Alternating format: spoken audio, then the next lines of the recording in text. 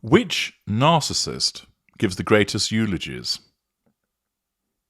Hello, I'm H.G. Tudor.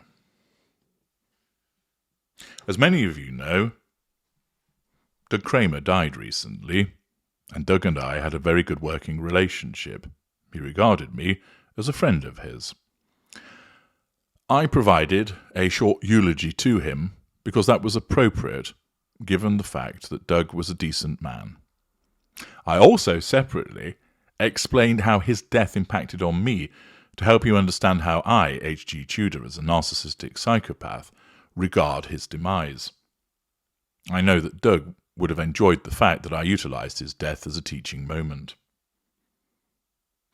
I've received a lot of praise from people as a consequence of the content of the eulogy that I provided to Doug.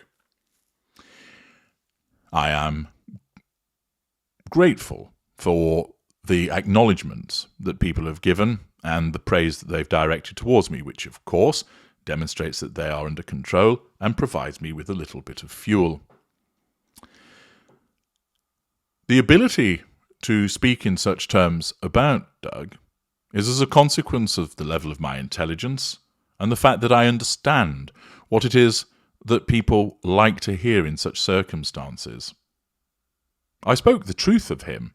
I didn't invent aspects of his characteristics or his behaviours. I utilised what the man was and conveyed it in an appropriate manner. But I recognise the appropriate things to say, and I'm able to articulate that in a way which has meaning and resonates with the listener. As a consequence of doing that, it caused me to consider the fact of who is it then that provides the greatest eulogies with regard to when somebody has died. Let's consider for a start somebody that's empathic who provides a eulogy. That individual will be able to speak with genuine emotional empathy for the person that has died.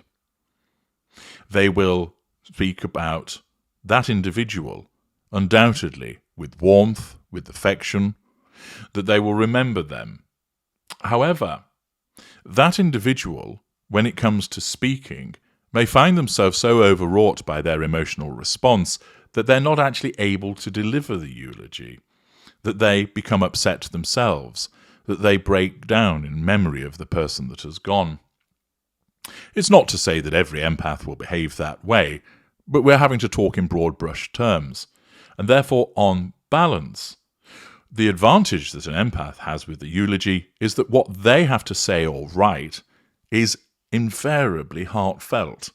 It comes from their emotional empathy. It is genuine. They will also, as a consequence of that emotional empathy, be very able to articulate the feelings that they have and how that person was viewed and how other people felt about them also. However, they may struggle to actually deliver it as a consequence of their own grief, being overwhelmed by their feelings, and their upset at that person's demise. They don't have the necessary ability to stand to one side and deliver it in a dispassionate, albeit appropriate manner. They're too caught up in it all. And therefore, that means that whilst they could create a beautiful eulogy for somebody, they may have difficulties with the delivery. What about a normal person? Ordinarily, of course, a normal person would be delivering a eulogy about somebody that mattered to them, somebody that they were close to. They simply wouldn't do it for someone that was a stranger. That just wouldn't happen. Therefore, they will be similarly affected in the way of an empathic person, because they will have similar levels of emotional empathy for that person who has died compared to an empathic person. They'll be speaking about a spouse, a father, a mother, maybe a brother or a child, a very close friend, and in the circumstances, because they have emotional empathy for that individual, they will be able to articulate their thoughts and feelings in a similar way to that I've described in relation to the empath, about the deceased but again may well find themselves unable to deliver effectively as a consequence of their own grief and being overwhelmed. Thus the empath and the normal would be grouped together with regard to the delivery of their eulogy. What about a narcissistic person who's not a narcissist? Well, such an individual may well be able to select the words, but because of their self-absorption, they wouldn't necessarily be able to convey them with the effectiveness of, say, the empath or the normal. Furthermore, being somewhat self-absorbed in matters, they may prefer not to actually deliver a eulogy at all, that somebody else should do it. It's not my kind of thing. They're irked by the fact that this individual has passed away, but not to the extent that they're going to cause a scene about them. And more likely, a narcissistic individual is going to shirk from delivering the eulogy. They're not that bothered about the person, and nor are they that bothered about having an opportunity to stand in front of a congregation and talk about them.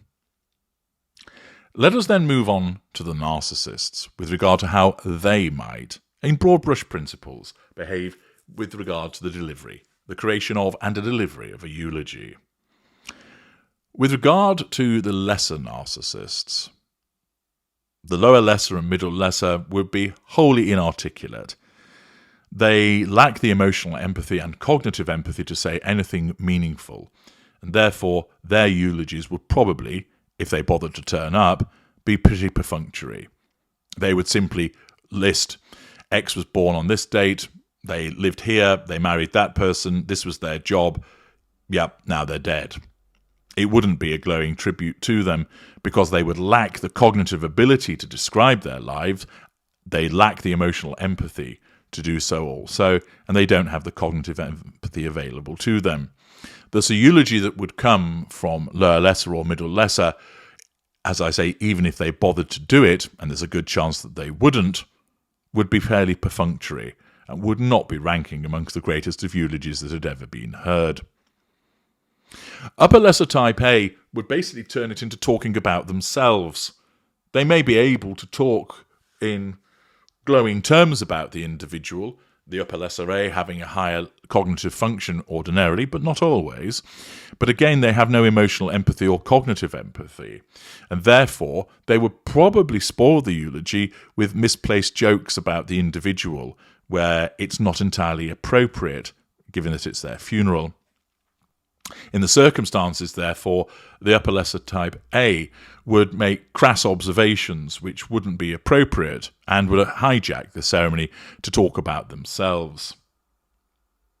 With an upper lesser type B, there is a risk that this type of individual, being belligerent, brash and bragging, would actually use this as an opportunity to score points over the deceased, pointing out some of their flaws, criticising them even. They don't care. They want to have their say. And in the circumstances, even when it's somebody's death, they're not guided, of course, by emotional empathy or cognitive empathy, which would result in them saying certain things which would be regarded as quite distasteful. Even if they managed to steer away from that, their comments would be perfunctory, because they would regard themselves as superior to this individual, and therefore they would just want to talk about them in terms of, yep, they did this, they did that, and now they're gone. Unsurprisingly, the lesser group is not going to provide an excellent eulogy to somebody that has died. Moving on to the mid-rangers. Lower mid-range is likely to be hindered by low cognitive function, although they're not all necessarily that dim. But the majority, having lower cognitive function, wouldn't be able to find the appropriate words, and it would again be a fairly perfunctory explanation.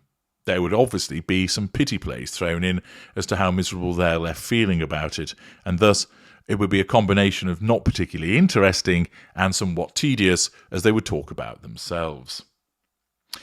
With regard to middle range A and middle range B, you'd be hard-pressed to actually get anything out of them.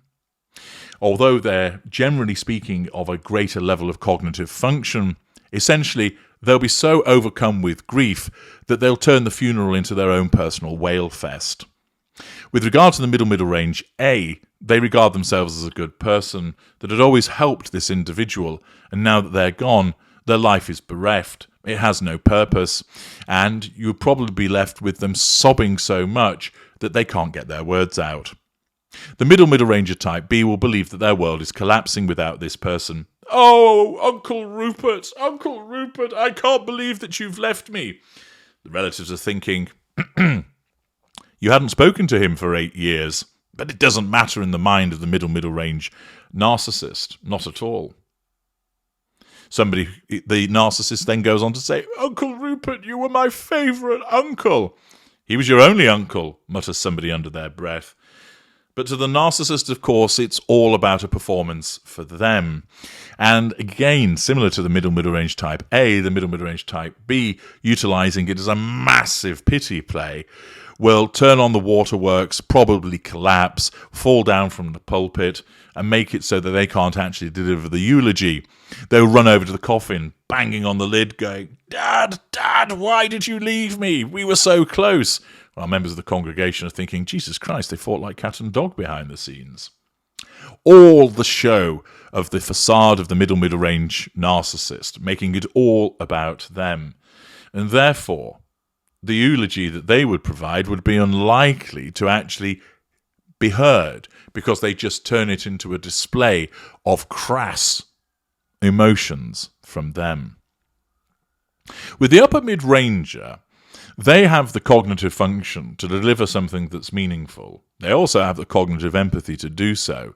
And in the circumstances, out of all of the mid-rangers, their eulogy would be the better compared to what anybody else would have to say.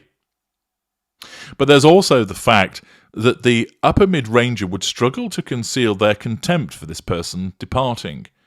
They would be irked by their fact that they're no longer in the fuel matrix.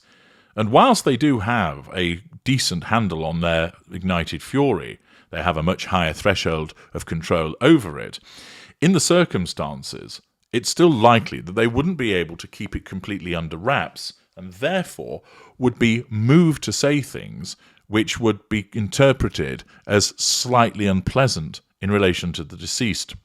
Backhanded compliments, for instance.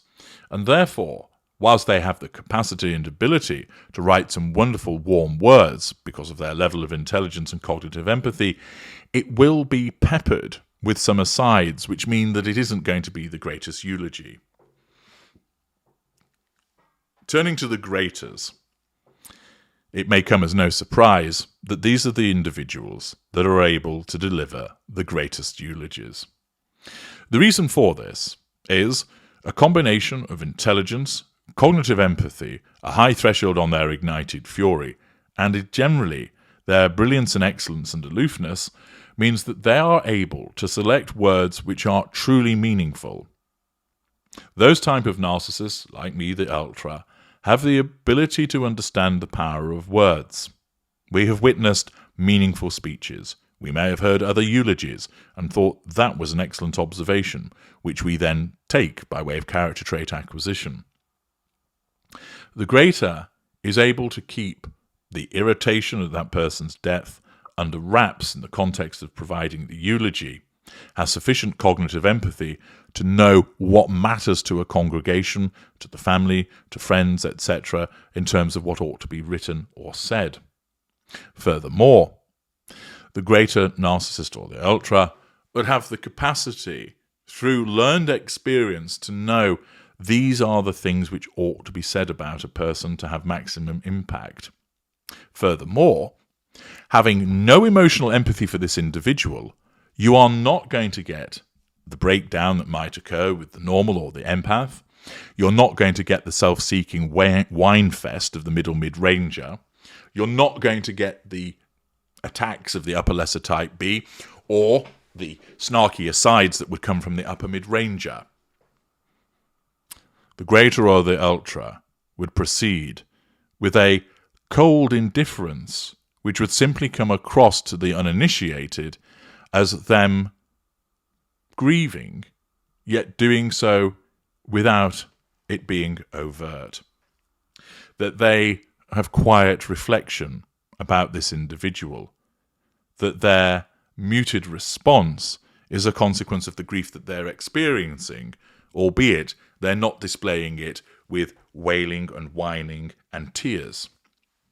The ability of the greater or ultra, through education, intelligence, understanding what matters to be said, through cognitive empathy, character trait acquisition from what other people have said in the past at similar events, knowing the individual well as a consequence of either their control of them while they were alive or undertaking the appropriate research post-death so that they're presented in meaningful fashion, combined with a high threshold upon the ignited fury and the general aloofness and cold, cynical approach of the greater or ultra, means it is those narcissists who appear calm, collected, and able to deliver a meaningful and beautiful eulogy.